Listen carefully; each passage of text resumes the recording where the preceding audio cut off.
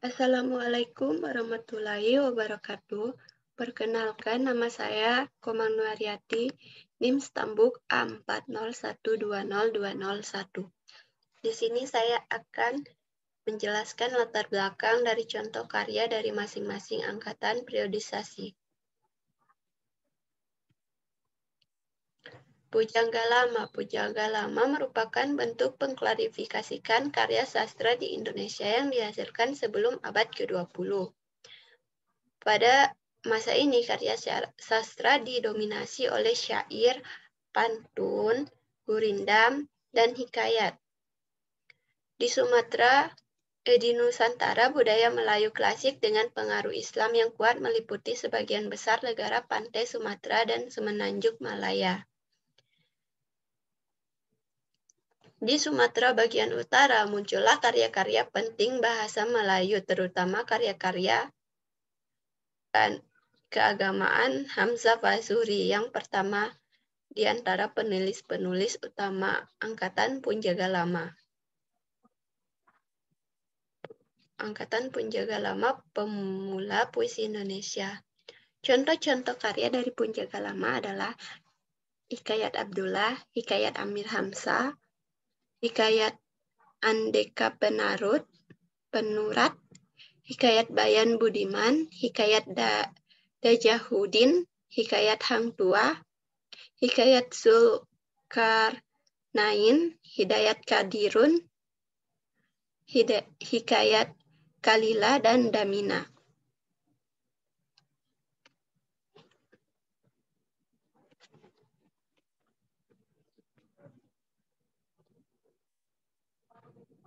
Angkatan Melayu Lama.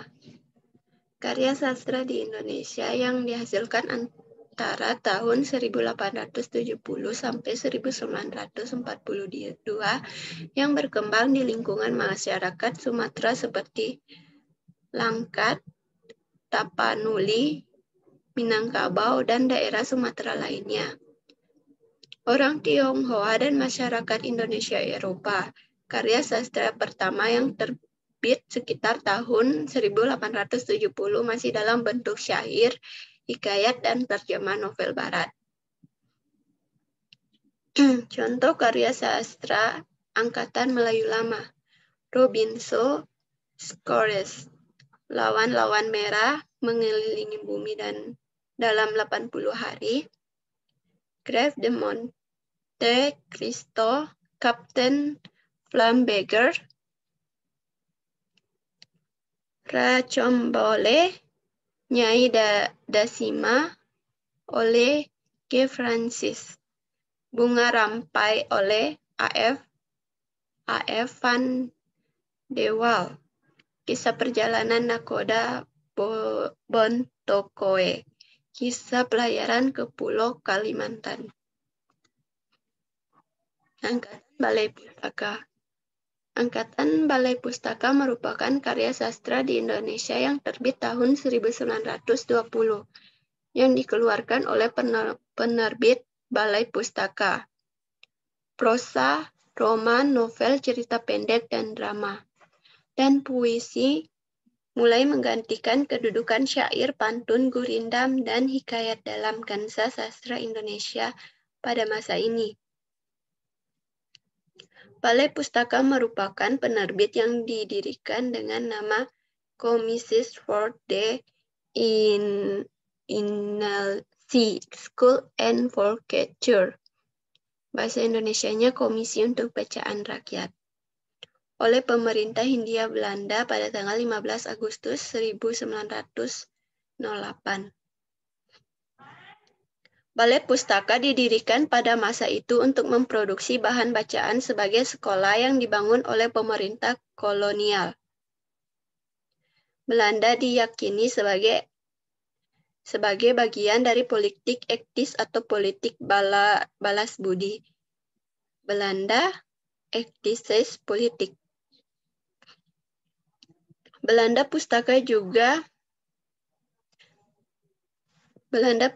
Balai Pustaka juga pada masa itu bertujuan untuk mencegah pengaruh buruk dari bacaan cabul dan liar yang dihasilkan oleh sastra Melayu rendah. yang banyak menyoroti kehidupan pernyanyian cabul yang dianggap memiliki misi politis atau liar. Balai Pustaka menerbitkan karya dalam 3 bahasa, yaitu Melayu Tinggi, bahasa Jawa, dan bahasa Sunda. Dalam jumlah terbatas dalam bahasa Bali, bahasa Batak, dan bahasa Madura. Contoh karya sastra Balai Pustaka Lama. Merari Siregar, Asap dan Sengsara, Binasa Karena Gadis Periangan, Cinta dan Hawa Nafsu, Siti Nurbaya, Lahami, Anak dan Kemenakan.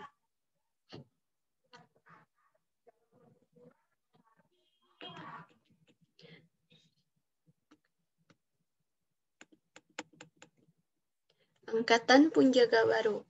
Punjaga Baru muncul sebagai reaksi atau banyaknya sensor yang dilakukan oleh Balai Pustaka terhadap karya tulis sastrawan pada masa tersebut, terutama karya sastra yang menyangkut rasa nasionalisme dan kesadaran berbangsa.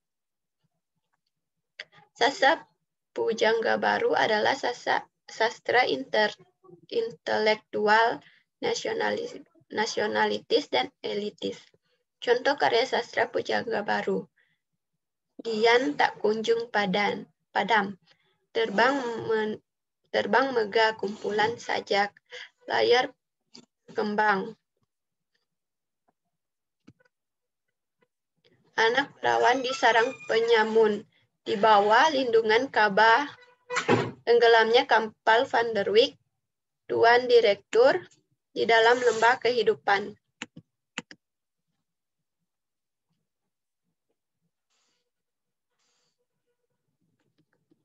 Karya sastra angkatan 1945. Pengalaman hidup dan gejolak sosial politik budaya telah mewarnai karya sastra angkatan 45. Karya sastra angkatan ini lebih realistik dibanding karya angkatan Pujangga Baru yang romantik idealistik. Karya-karya sastra pada angkatan ini banyak bercerita tentang perjuangan merebut kemerdekaan, seperti halnya puisi-puisi Chail Anwar. Sastrawan angkatan 45 memiliki konsep seni yang diberi judul Surat Kepercayaan Gelanggang. Konsep ini menceritakan bahwa sastrawan angkatan 45 ingin bebas berkarya sesuai alam kemerdekaan dan hati nurani. Selain 3 mengangguk takdir, pada periode ini cerpen dari F. Maryam ke Jalan Lain ke Roman dan AIDS dianggap sebagai karya pembaruan prosa Indonesia. Contoh karya sastra angkatan 1945. Kerikil Tajam, Debu Campur Debu, Tanda Bahagia, Tugu Putih, Jejak Langkah, Dari F. Maria ke Jalan Lain ke Roman, Aki, dan Perempuan dan Kebangsaan. Angkatan 1950 sampai 1960-an.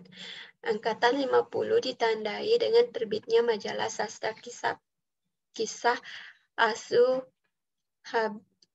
H.B. Jasin. Ciri angkatan ini adalah karya sastra yang didominasi dengan cerita pendek dan kumpulan puisi. Majalah tersebut bertahan sampai tahun 1956, yang diteruskan dengan majalah sastra lainnya.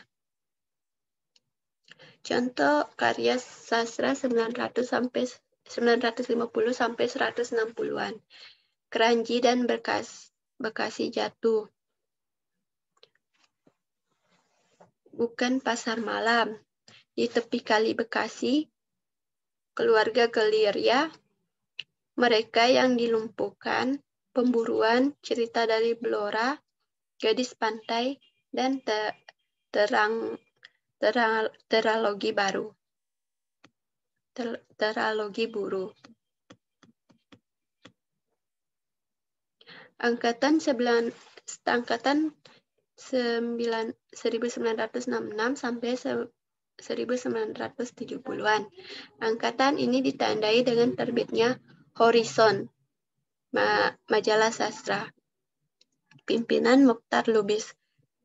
Semangat avant-garde sangat menonjol pada angkatan ini. Banyak karya sastra pada angkatan ini sangat beragam dan aliran sastra dengan munculnya karya sastra beralir surrealistik, arus kesadaran, arketip, dan absurd. Penerbit Pustaka Jaya sangat banyak membantu dalam menerbitkan karya-karya sastra pada masa ini.